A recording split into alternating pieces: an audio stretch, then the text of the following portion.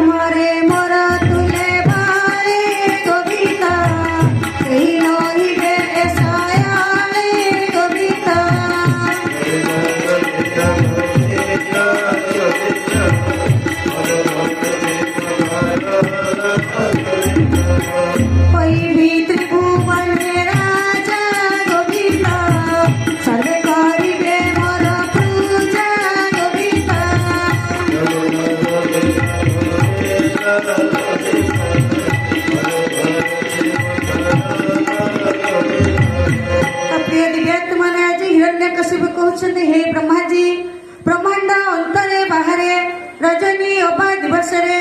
नाना युद्ध सन्ति जेते केबे हे न काटिबे मते सुर असुर सर्पाघाते केबे हे न मरिबी मते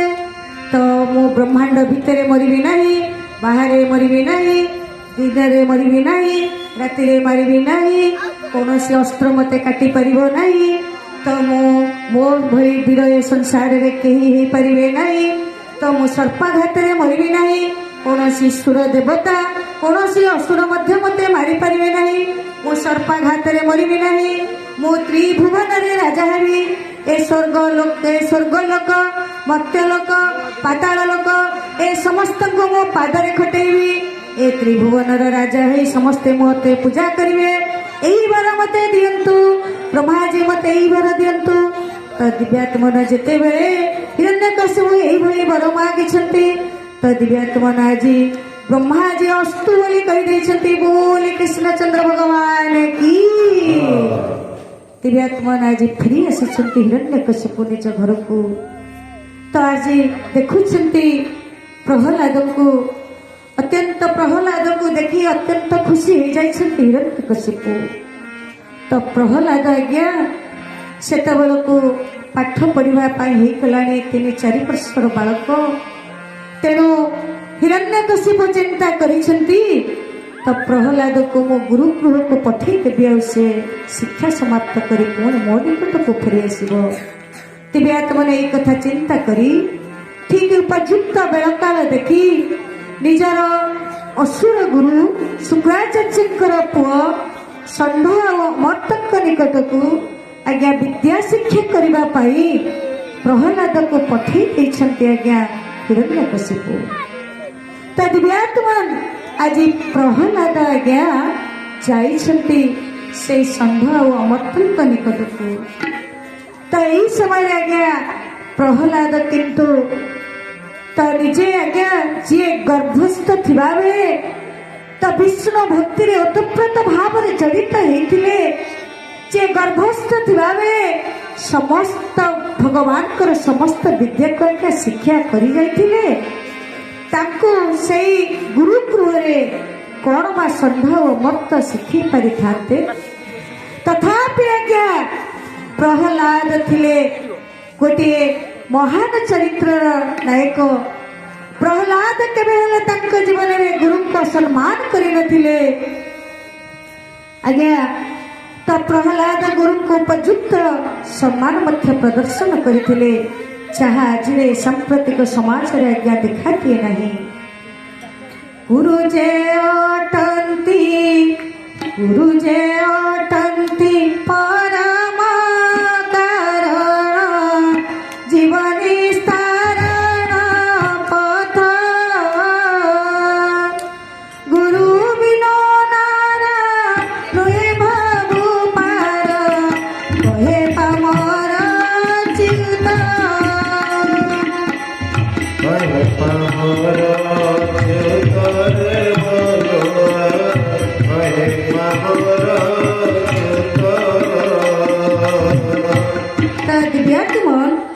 ए संसार आज्ञा गुरुकर स्थान होती सबुठार उच्चरे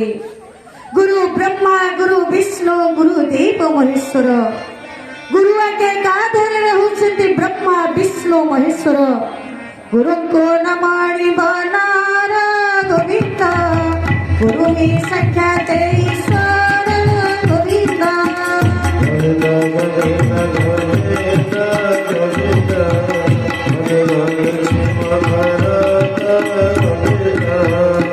असतो मा सदगमय तमसो मा ज्योतिर्गमय मृत्युर्मामृतंगमय दिव्यात्मन से होचंती गुरु जे आज्ञा शिष्य को असोत मा सदगमय अर्थात जे अंधार आलोक को नहीं जानती असोत मा जे असत्य सत्य को नहीं जानती जे अंधार आलोक को नहीं जानती आज्ञा से होचंती गुरु जेबे सदा गुरु मारे गोईठा अंधार घर रे जय गोईठा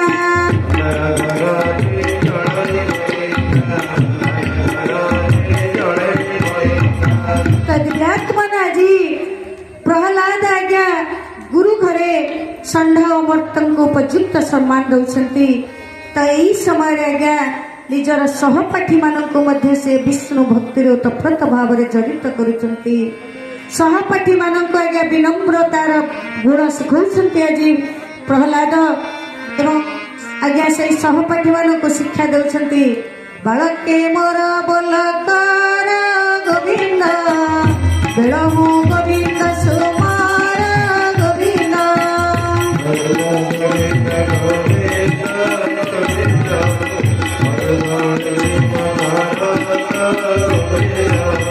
बालके मोर बोलकर गोविंद बेलमु गोविंद सुमार गोविंद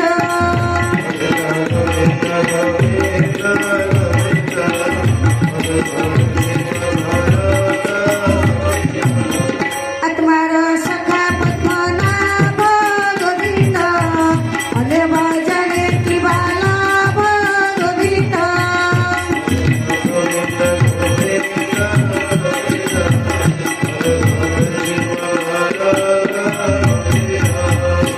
तो प्रिय दिव्यात्मना जी गुरु गृह आज्ञा प्रहलाद निजर सहपाठी मानकु एही भली भाव में विष्णु भक्ति आज्ञा करिबा पाई सहयोग करुछंती केवल आज्ञा सेतिकी नुहे भगवान कर नाम मध्य आज भगवान कर गुण कीर्तन करिबा पाई निजर सहपाठी मानकु प्रवर्तैछंती प्रहलाद कृष्ण नाम रे पाप के अजिते करी न पारे पापी पाप देते कृष्ण नाम रे पाप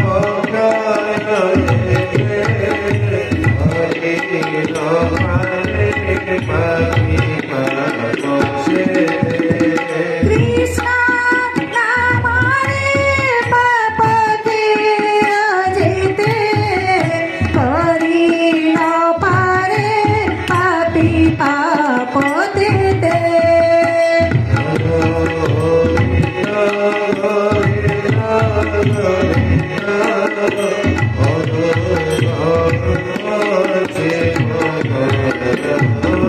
राम राम रे पाप के अजिते करी न पारे पापी पाप देते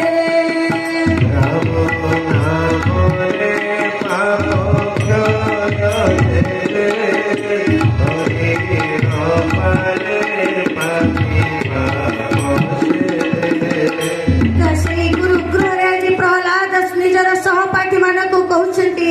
हे भाई माने थरे भगवान कृष्णकर नाम को उच्चारण करिदेले थरे भगवान राम नाम को उच्चारण करिदेले जीवन भीतर जेतिकी पापर दूरीभूत हो जाए जेतिकी पापर अंत हो जाए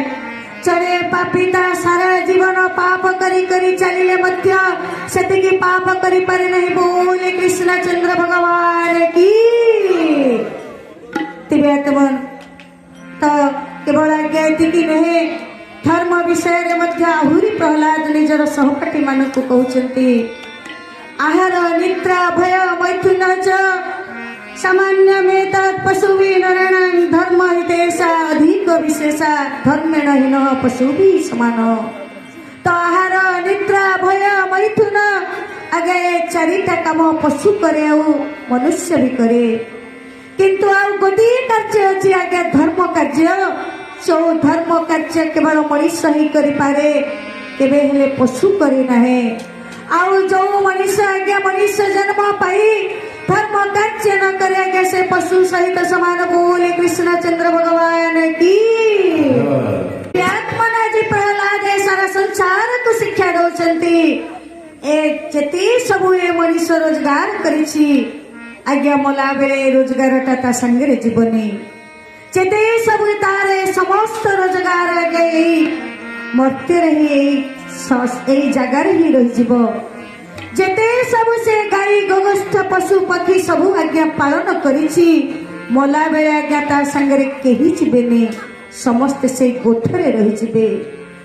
तो सजन नारी गृहद्वारी सखा श्मशाने आज्ञा चाहकु ଶାଢ଼ୀ ଶଙ୍ଖା ଦେଇ ବିବାହ କରିଛି, ଯାହାକୁ ଆଜ୍ଞା ସବୁଠାରୁ ନିଜ ଜୀବନର ଅର୍ଥକ ଭାବିଛି,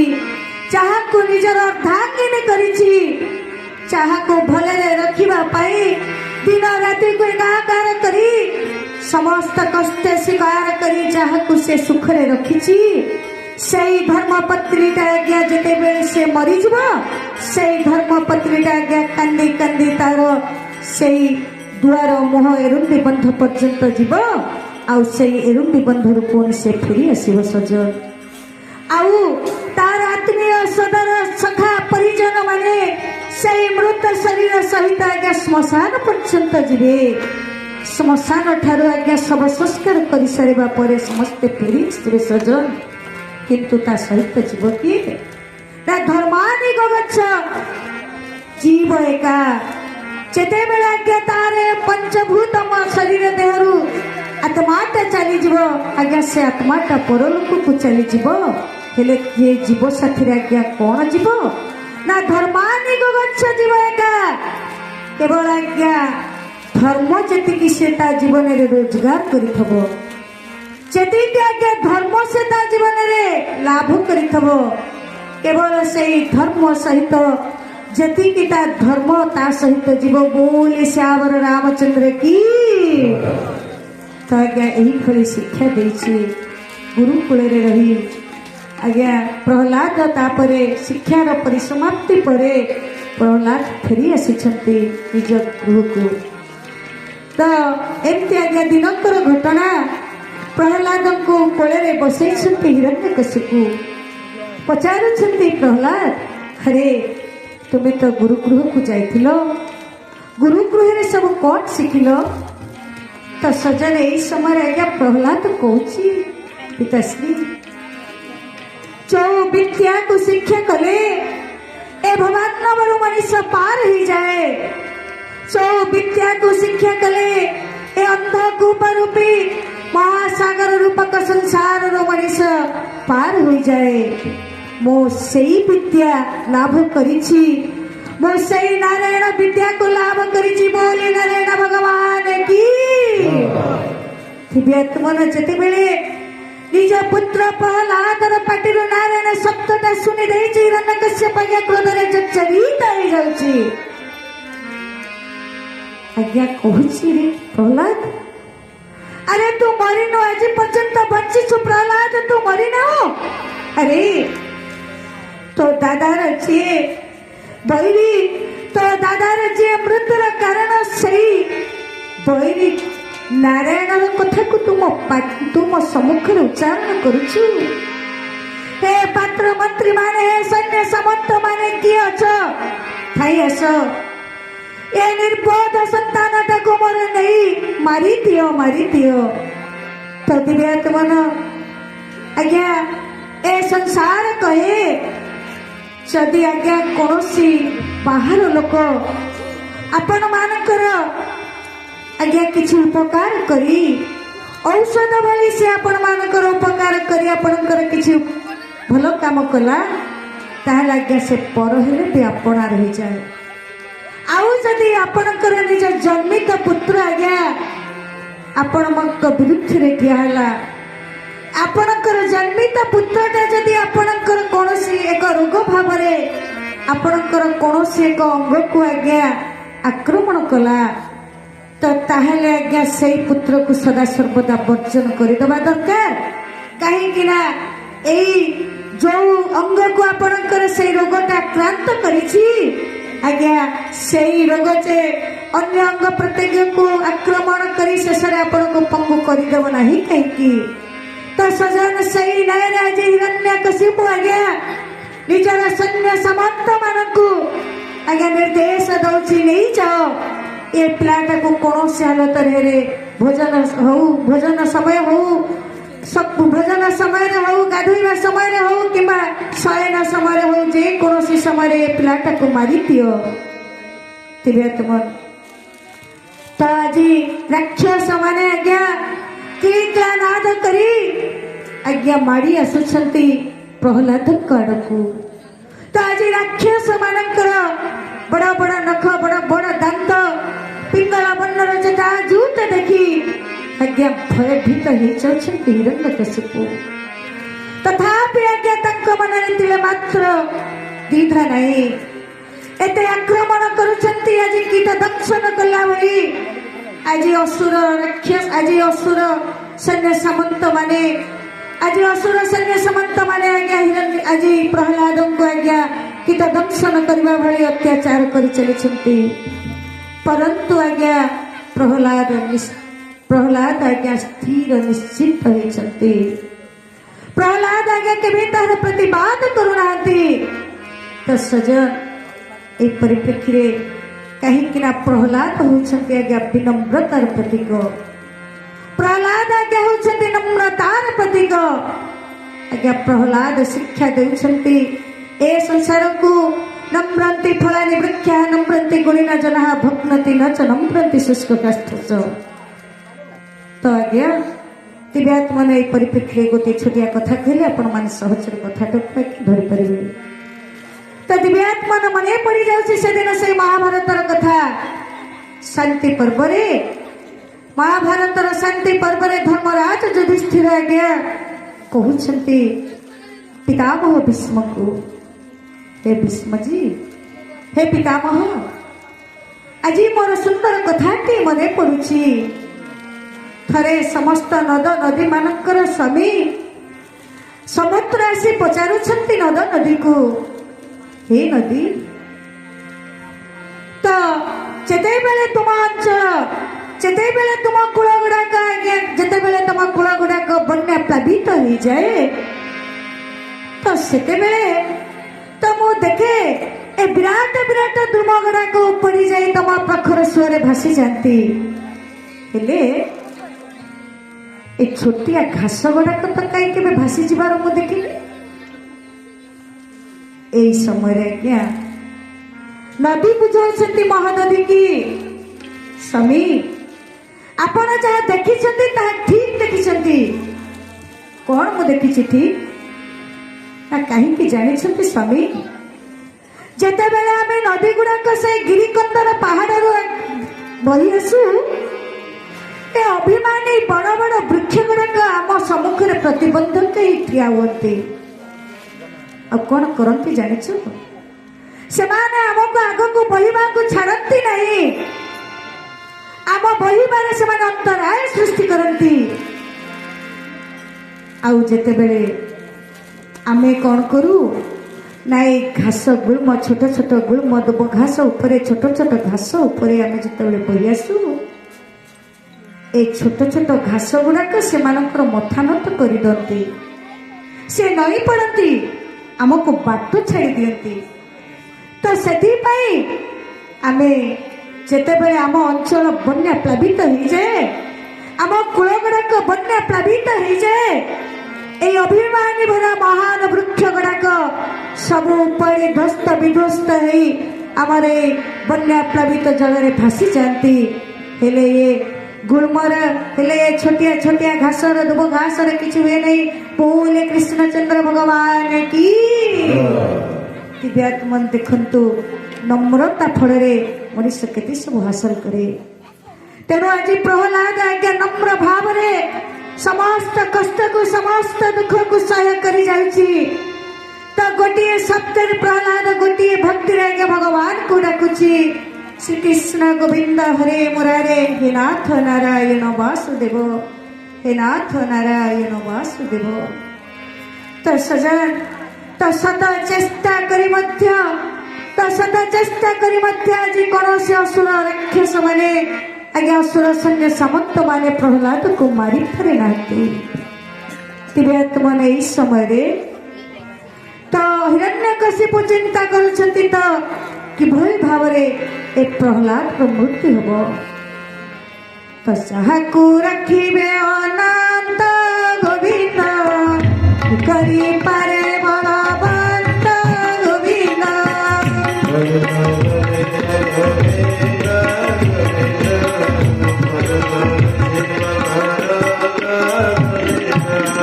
ताहले प्रिय दिव्यात्मन कौन प्रहलाद मरीजीव? दिव्यात्मन नहीं। आउ जदि प्रहलाद आज्ञा न मरिबे ତାହେଲେ ଆଜ୍ଞା ପ୍ରହ୍ଲାଦ କୋଉ ପ୍ରକାର ପୁଅ ଯିଏ ଆଜ୍ଞା ପିତାଙ୍କର ଆଜ୍ଞାରୁ ବାହାର ହେଇଯାଇଛନ୍ତି, ଯିଏ ପିତାଙ୍କର କଥାକୁ ଅମାନ୍ୟ କରୁଛନ୍ତି,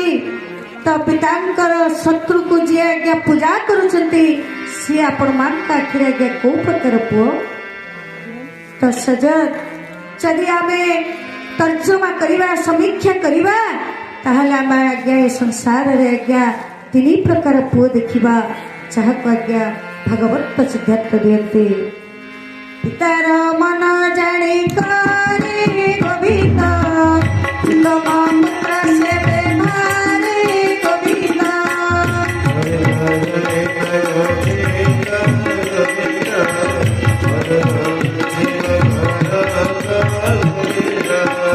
ସଦାରେ ଆଜ୍ଞା ଯେ ପାଇ ଗୋବିନ୍ଦ, ମଧ୍ୟମ ପୁତ୍ର ସେ ବୋଲାଇ ଗୋବିନ୍ଦ।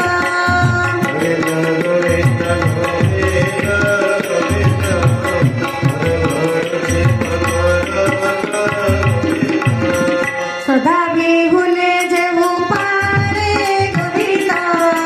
ଅଧମ ପୁତ୍ର ସେବେ ମାରେ ଗୋବିନ୍ଦ।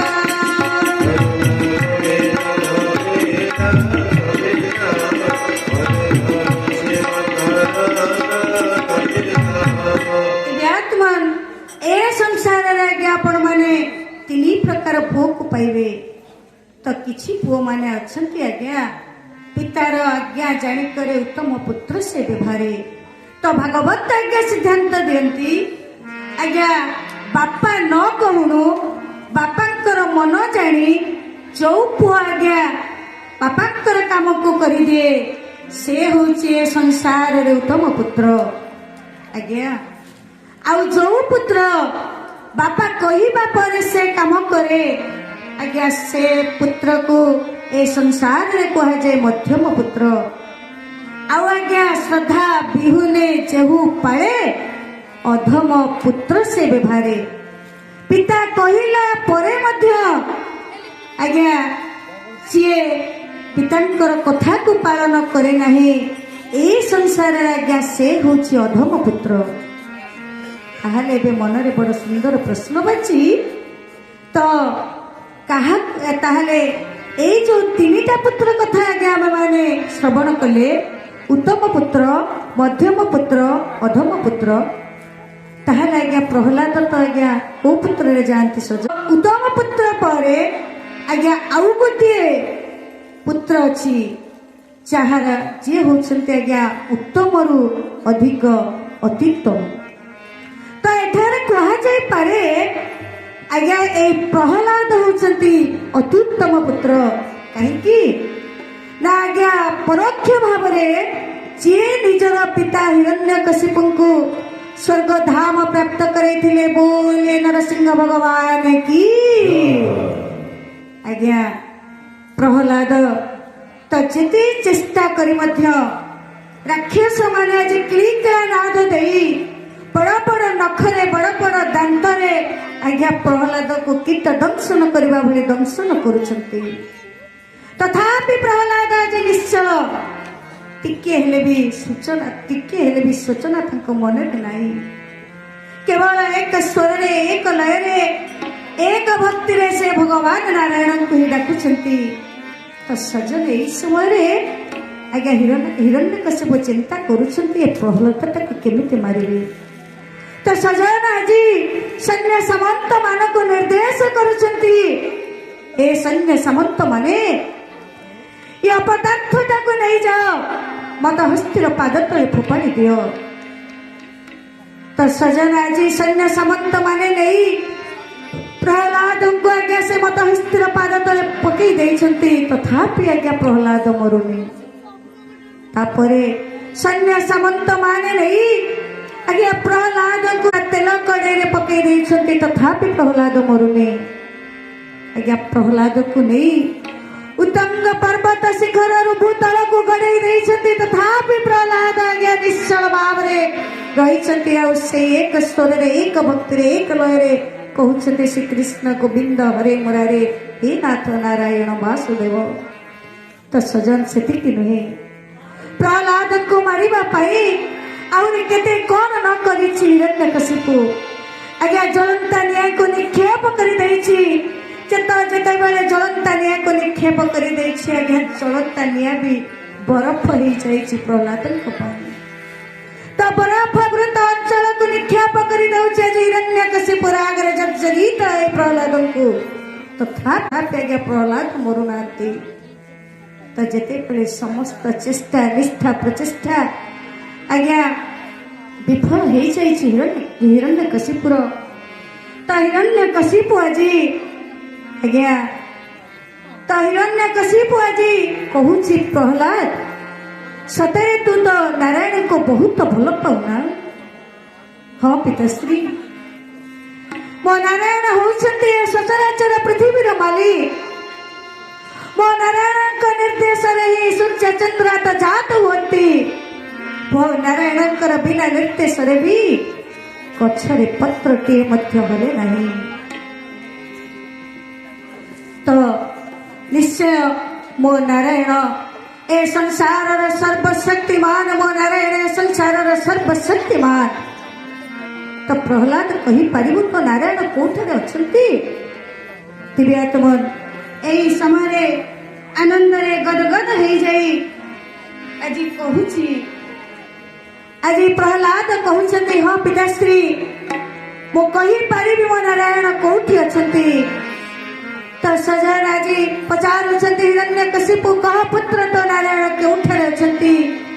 सजन एई समय प्रहलाद कहउछंती हे पिताश्री ए काष्ठ पाषाण तरु तृण ए जंगल ए सुर सुरपुर ए नदी नाल पहाड़ पर्वत सबुठारे मो ईश्वर विद्यमान पिताश्री सबुठारे मो ईश्वर विद्यमान दिव्यात्मन एई कथा जेते बेले शुणी आहुरी रागरे क्रोधान्वित हो जाइछन्ति हिरण्यकशिपु कहउछन्ति प्रहलाद कही पारिबु ए कुंभ मध्य तो भगवान अछन्ति बोली दिव्यात्मन एई समय आज्ञा हाथ जोड़ी देइछन्ति प्रहलाद कहउछन्ति हाँ पिताश्री एई कुंभरे भी मो भगवान अछन्ति पिताश्री कुंभरे मो भगवान अछन्ति दिव्यात्मन जी रागरे गच्छरित होई निजे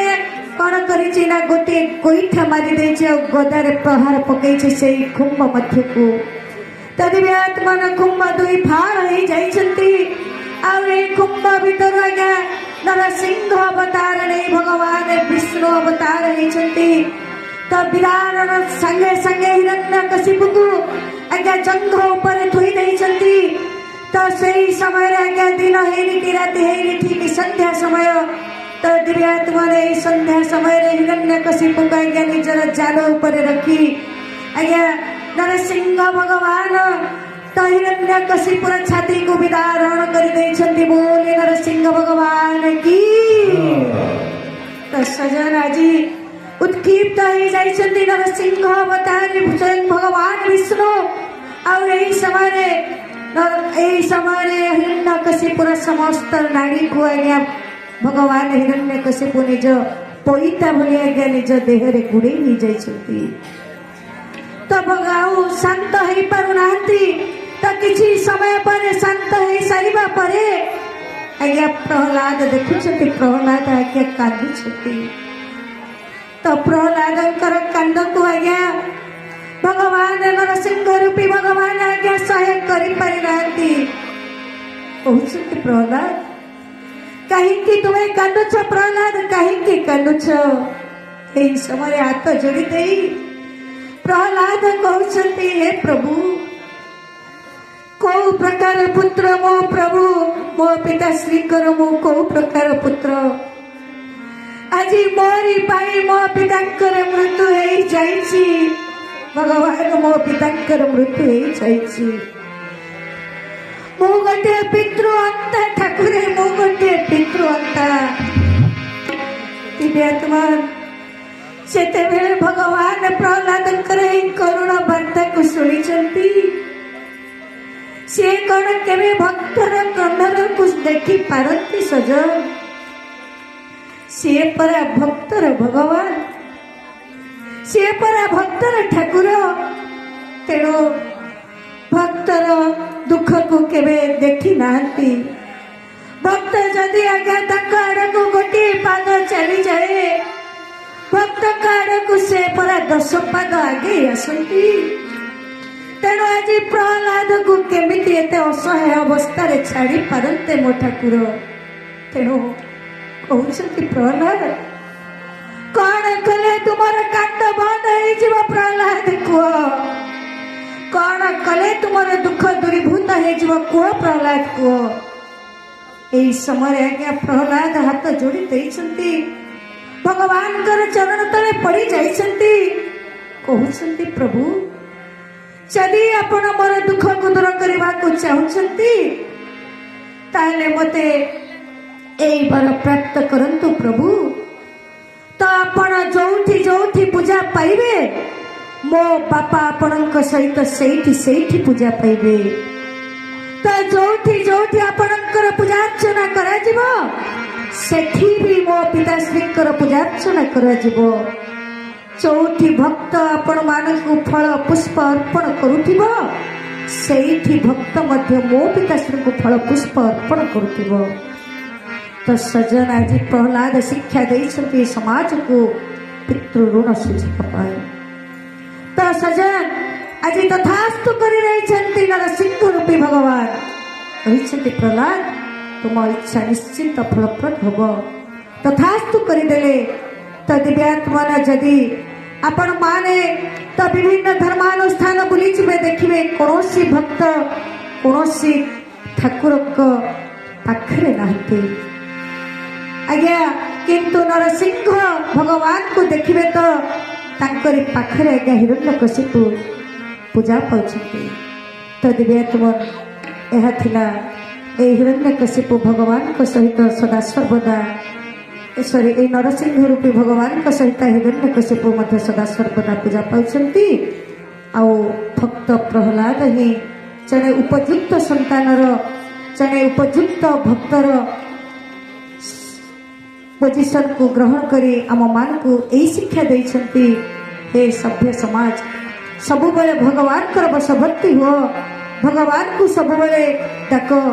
भगवान कर चरणार बिंदरे निज को आश्रित कर दियो ताहले संसार समस्त दुख तुम मान दूर हो बोले भक्त वत्सल भगवान की